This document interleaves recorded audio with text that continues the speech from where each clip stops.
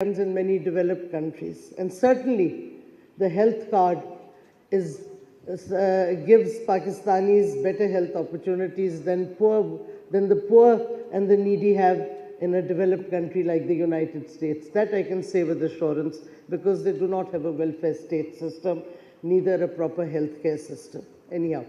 But of course, there are some European states that have very progressive healthcare systems.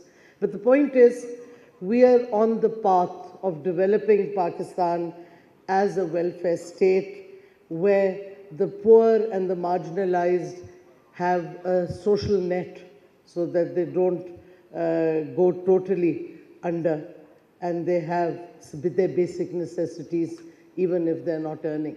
And that's a major revolutionary change in Pakistan.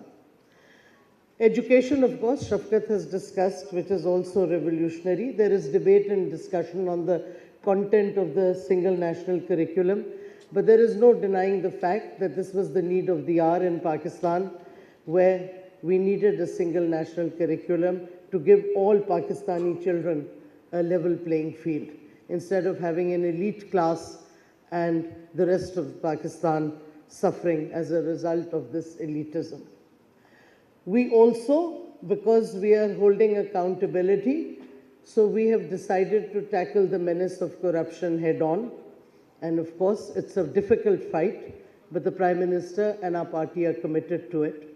And hopefully, the generations to come will continue on that path. As far as justice, which I said was very important, the availability of justice for all, I am pleased to say that we have now set up a legal aid authority, and it is functioning. We have had 2 Board of Governors meetings. So for the first time in Pakistan, as the system exists in Britain, legal aid will be provided for all those needing it. So nobody will be denied justice because they could not afford a lawyer or legal assistance. So that is, and we have also now drafted a complete overhaul of the criminal justice reform system. And tomorrow, in fact, we are meeting to discuss it in detail, and within the next week or 2, the Cabinet will be asked to approve this total overhaul of the criminal justice system, which was much needed. I don't know if anybody remembers, but after the APS tragedy, when the National Action Plan was formulated, the reason given for the military courts being put in place was that we need an overhaul of the criminal justice system. And therefore, there was military courts for 2 years. Unfortunately, the previous government did not even set in motion this reform. So as you recall, military courts were given another extension for 2 years. When our government came, we ended that, the extension ended, it was not renewed, and we set about instituting criminal justice reforms. And inshallah, now the whole thing is in place, there are discussions going on. Tomorrow will be a big meeting where we will discuss these, and in the next week or so, Cabinet will be asked to approve this whole package of the criminal reform system. Then finally, I would like to come to, of course, human rights, which is my task under this government. But before I get to that, I just do want to add something about how Pakistan has also, for the first time, changed its foreign policy direction in a very nationalist, a very progressive way. The phrase, absolutely not, I think defines it. No more are we going to act because of money against our own national interest. We will not fight others' wars, as the Prime Minister said categorically. Because our leadership does not have bank accounts and properties in the West to protect, so the Prime Minister can act independently to truly fashion a Pakistan-centric foreign policy, where we want peace in the neighborhood, where we will not become victims of others' wars. We will not allow ourselves to become victims of others' wars. We will not allow our territory to be used against anyone, and we expect that our neighbors will also not allow their territory to be used against the others in that neighborhood. We have this independent stance that we have adopted, I think, will change Pakistan's positioning in the global environment in the future. And the key, the foundation of that is going to be the strategic cooperative partnership with China. And CPEC is one reflection of it, but there is a strategic cooperation at multiple levels. So that whole dependency, and by the way, I do want to state that there was a myth created that somehow we are dependent on the US and the West because we get weapons from them. I don't know why that myth persists, because let me just clarify.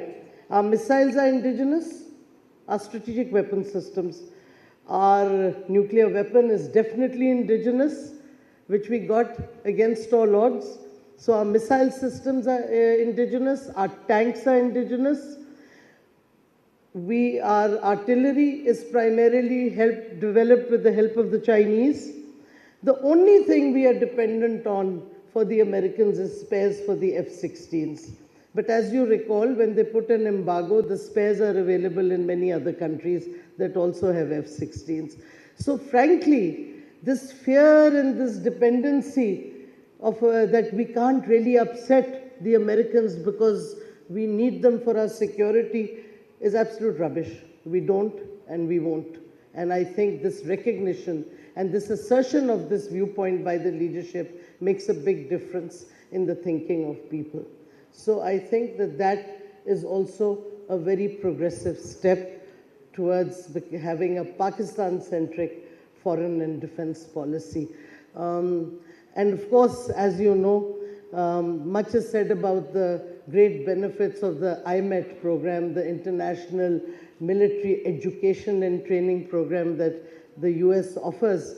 But frankly, after the dismal performances from Vietnam to Afghanistan, I would suggest that Pakistan would be much better off offering an IMET to Western military people, because we seem to have had a better experience, especially in fighting and succeeding against terrorism, especially in what was then the FATA.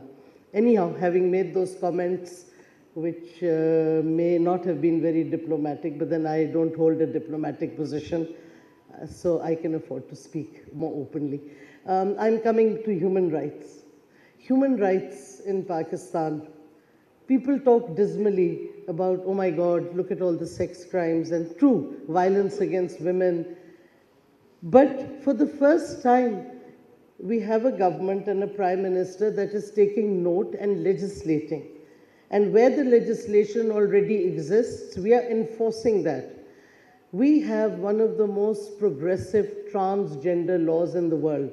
Very few countries have the transgender laws. In fact, the Europeans don't even have a recognition of transgender in their visa forms, which I have written an official letter complaining that they need to up their human rights agenda.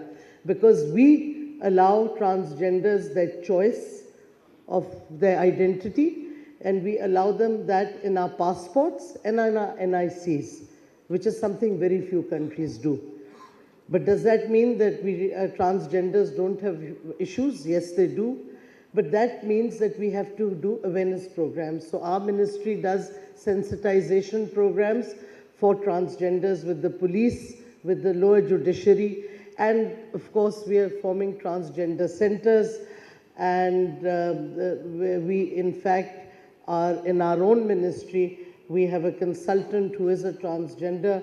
Our previous consultant we took with us to the CEDAW conference in Geneva as an official delegate, and people were really surprised, and then we had to inform that Pakistan has a very progressive transgender law. We also have many laws on preventing gender-based violence. Sadly, our society lags behind. Women are subjected to abuse, women are subjected to rape, women are subjected to harassment at the workplace. And though we have a lot of laws, it's the implementation now that we're looking at. We need to implement them. We have also moved an amendment in the harassment at the workplace law, which was very narrowly defined, and the Supreme Court in its judgment said they couldn't really give the plaintiff justice in the sense what they wanted, because the plaintiff wanted, because the law was so narrow. So we have put in an amendment and hopefully it will go through Parliament.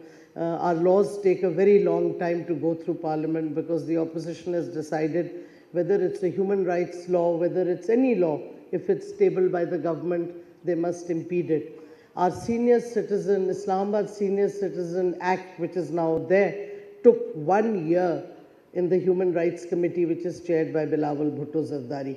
So that's the priority that the opposition sadly has, but we got it through. We also have a very progressive journalist protection bill, and that has been approved and sort of given not just approval but support by all the journalist community, because we consulted them before we tabled it. It's now in the standing committee and hopefully will be through in a couple of months finally and become law. For the first time, that law will place an onus on owners of media houses to provide insurance, to provide emergency training for people that they send into conflict zones and so on. And journalists will be protected from providing sources of their information. So there's a protection not just for journalists but also for media professionals like cameramen, like the staff that goes around the journalists. So that also should be through soon. But one of the most progressive things I think that our Prime Minister has pushed for, and it is now about to become a reality, is legislating against enforced disappearances, criminalizing enforced disappearances. 2 previous political governments talked a lot but never moved at all.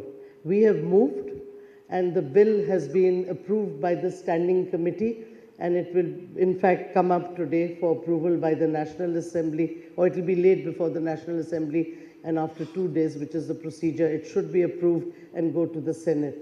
For the first time, the state is going to be held accountable for excesses against its citizens.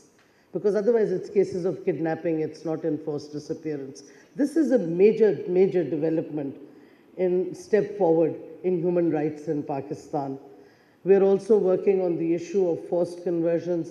So what I'm saying is that the human rights agenda has become center stage, not only in global politics, but within Pakistan itself, because if you read our manifesto, these were things that were put in our manifesto, and we're living up to those commitments. It's not an easy path. We have child abuse, we have our Zainab Alert app now. By the way, during COVID, we also developed an app for gender-based violence, because we realized that when people are locked up in a house, a woman or a child under stress may not be able to make a call to our helpline and talk. So we have now got an app. If you upload that, download that app, you just press a button and we'll get the information of what sort of crime is being committed where, and we would be able to send immediate response to it. So those are things that we have developed. I know that the focus never is on mere human rights in this country. The media talk shows focus on political issues, but human rights is central to our government, and we are making a lot of progress. The road is still long and it's a bumpy road, but if inshallah we are able to traverse it without impediments, then I see a country in the future, 2047, although many of us won't be here by then, but I see a country where there will be human rights for everyone, where people's rights will be protected, and they will have the right of association, the right to practice their religion in freedom, and the right to a good life. In fact, all the rights that are enshrined in our Constitution from Article 1 to 28, which deal with basic human rights, our commitment is there, and we are moving forward, and we hope to have an inclusive, rights-based society in Pakistan. We don't want to have a social welfare approach that the government is doing a favor if it gives people something. We feel our approach is a rights-based approach, that it is the right of every citizen and the obligation of every government to live up to the commitments that are stated in our Constitution, Articles 1 to 28. So hopefully, I see an extremely bright future for a country that has moved on and will be in the top countries as far as human rights is concerned, education, health, and we will be a proper social welfare state. Thank you very much.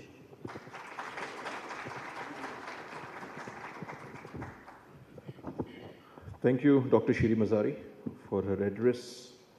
First speaker was from education, second was from human rights, and her expertise is in national security and foreign policy also. And third one is Sayyid Ali Hazazadi, a very important topic.